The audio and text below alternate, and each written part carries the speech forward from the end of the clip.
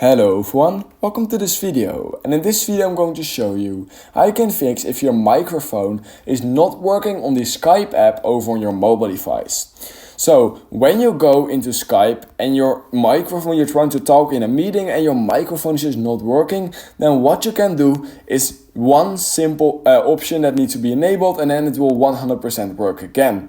So literally all you need to do is open your settings app on either your iPhone or Android. It will literally be the exact same progress. Once you have done that, scroll all the way down over on the main settings page till you find the Skype app, or you can find it using the search bar.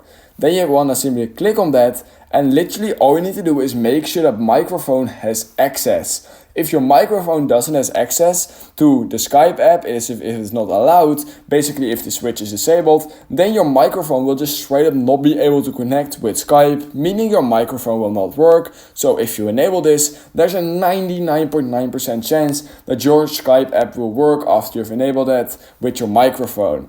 So yeah, if this fixed it for you, then please consider liking this video and subscribing to my channel, and I hope I will see you in my next YouTube tutorial video.